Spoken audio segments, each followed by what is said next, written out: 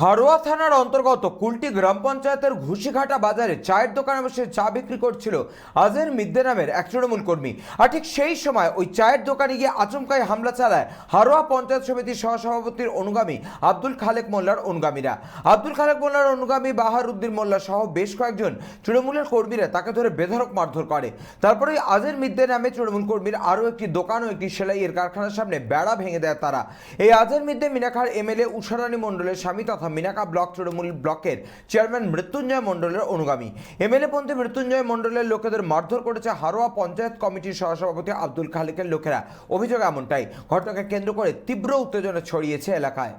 পাহাড়ের লোকজন গিয়ে সকালবেলা হাড়োদের মধ্যে গিয়ে হঠাৎ আমার হাতের চাওয়াছে আমরা এমএলএ গ্রুপে রাজনীতিটা করি বলে টিএমসি পার্টি, যার ফলে ওর ছেলেপিলে গিয়ে উল্টোপাল্টা মারধর, দোকান ভাঙচুর, আবার এখনো পর্যন্ত গ্রামে সন্ত্রাস চালাচ্ছে। অবিলম্বে আমরা পদত্যাগ চাই পাহাড়ের। তারপরে আপনারাও তৃণমূল করেন? আমরা আমরা টিএমসি এমএলএ পন্থী। কারা মনে মেরেছে? খালেক পন্থী আতঙ্কে আছে।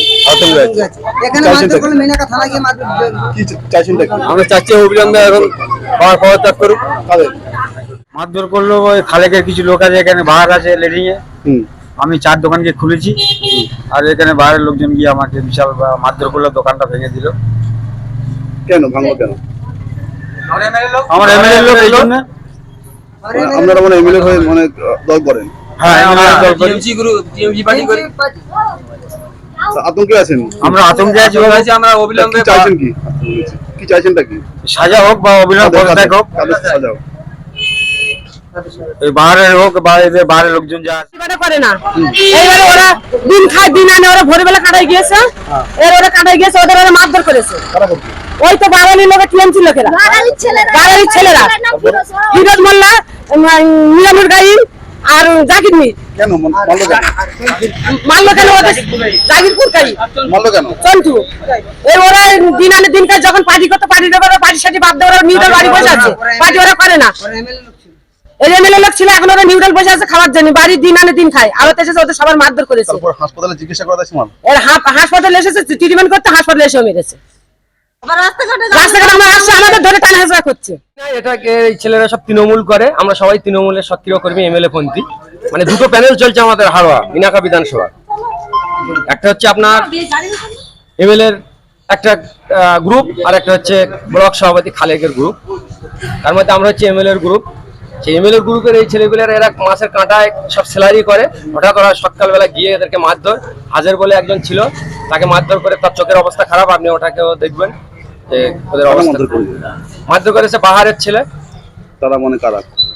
বাহার যে হলো হারোয়া পঞ্চায়েত সমিতির সদস্য এখন বর্তমানে। তারা কি মানে খালেক পন্থী? হ্যাঁ, খালেক পন্থী। কি মানে মারামারি সূত্র? মারামারি দুটো টিম, দুটো গ্রুপ। একটা হলো মারামারি সূত্র। আজকে মারামারি সূত্র তো আমরা কিছু খুঁজেই পাচ্ছি না। এটা তো একটা কর্মের মধ্যে ছিল, মাছের কাঁটার মধ্যে, হঠাৎ গিয়ে মারধর। দোকানের ভিতরে গিয়ে মারধর? দোকান মানে মাছের আড়ত, যে আড়তের ভিতরে গিয়ে মারধর। তৃণমূল করে আপনারা এভাবে মারধর খাচ্ছেন, কি চাইছেন? আমরা চাচ্ছি যে একটা কোনো সমাধান হোক, না হলে আমাদের বিকল্প চিন্তা ভাবনা করতে হবে।